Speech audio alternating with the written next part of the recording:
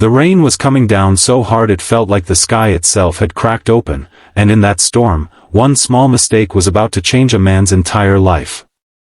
Daniel Harper stood soaked to the bone in the company parking lot, his hands shaking not from the cold, but from the words that had just been thrown at him without mercy. "You're fired."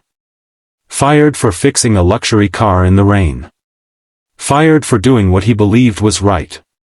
Fired without knowing that the silent woman sitting inside that car was the owner of the entire company.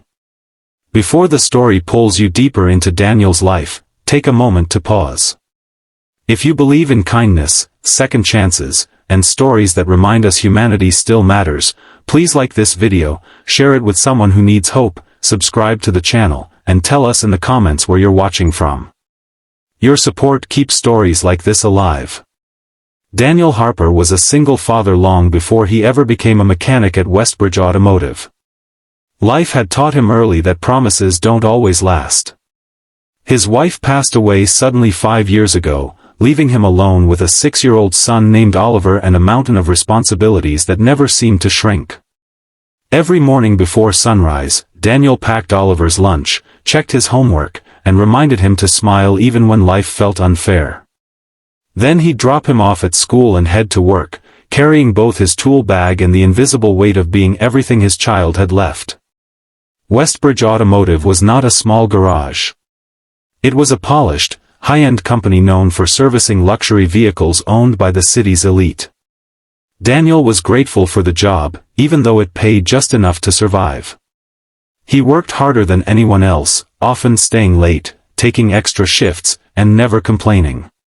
His hands were rough, his back ached constantly, but he believed that honest work, done with integrity, would somehow protect his son's future. That belief was tested on the day the storm hit.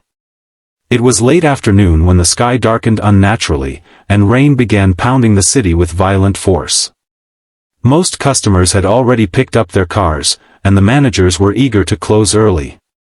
That's when a sleek black luxury sedan rolled into the lot, its engine sputtering before dying completely. The vehicle was worth more than Daniel earned in several years, and company policy was clear: no outdoor repairs, no exceptions, especially not in bad weather. Daniel saw the car stop near the entrance, saw the hazard lights blink weakly, and saw the woman inside gripping the steering wheel, clearly distressed. She didn't step out. She didn't call for help. She just sat there, rain blurring the windows, waiting. Something inside Daniel stirred. He thought of Oliver waiting at school on rainy days, hoping his father would arrive on time. He thought of how helpless it feels to be stuck, unseen, ignored. Without thinking about rules or consequences, Daniel grabbed his tools and ran out into the rain. Water soaked through his uniform within seconds. His hair plastered to his face as he lifted the hood and worked quickly, methodically, diagnosing the issue with the focus of someone who had fixed broken things his entire life. It was a simple problem, one he could solve in minutes. As rain streamed down his face, he felt strangely calm, like this was exactly where he was meant to be. When the engine finally roared back to life, Daniel felt relief wash over him stronger than the rain. He gave a small nod toward the woman in the car, stepped back, and began walking inside, not expecting thanks, not expecting anything at all. That's when his supervisor saw him. The shouting echoed through the garage, cutting through the sound of rain. Daniel was accused of breaking protocol, risking company property, and embarrassing management. No explanation mattered. No intention counted. Within minutes, Daniel was told to turn in his badge and leave immediately. His job, his only source of income, was gone. As Daniel walked home through the rain, his shoes heavy with water, his mind raced with fear. How would he pay rent? How would he buy Oliver's school supplies? How would he explain to his son that kindness had just cost them everything? The storm outside felt gentler than the one raging inside his chest. That night, Daniel barely slept. He lay awake listening to Oliver's soft breathing from the next room, feeling like he had failed him. By morning, the rain had stopped, but the clouds in Daniel's life remained. What Daniel didn't know was that the woman in the luxury car was named Eleanor Whitmore, the founder and owner of Westbridge Automotive. She was a private person, rarely seen at her own locations, and she never announced her visits. That day, she had driven herself for the first time in years, seeking solitude after a long board meeting that had left her questioning the soul of the company she built. When her car broke down in the storm, she expected indifference, perhaps a policy excuse shouted from a doorway. Instead, she watched through rain-streaked glass as a man ran toward her without hesitation, risking punishment to help a stranger. She noticed his trembling hands, not from fear, but from urgency. She noticed the way he worked with care, as if the car mattered less than the person inside it. Later that evening, Eleanor reviewed security footage. She saw the confrontation. She heard the dismissal. And something inside her hardened, not with anger, but with resolve. The next morning, Daniel received a phone call that nearly gave him a heart attack. He was asked to return to Westbridge Automotive immediately. He assumed it was paperwork, maybe a final warning, maybe humiliation.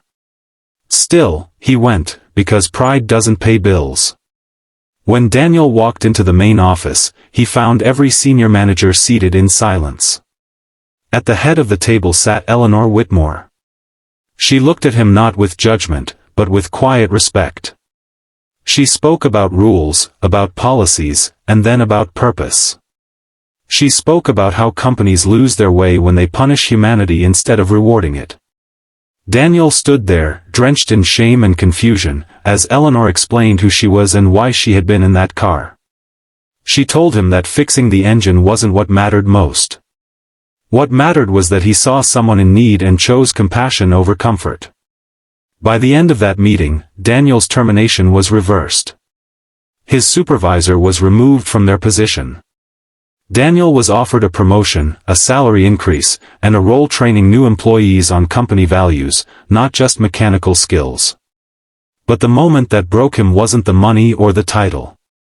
It was when Eleanor quietly mentioned that she had set up an education fund for Oliver, because no child should suffer when a parent chooses to do the right thing.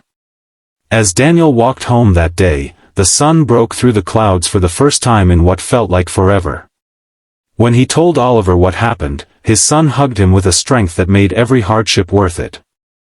In that embrace, Daniel understood that kindness, even when punished at first, has a way of returning stronger than before.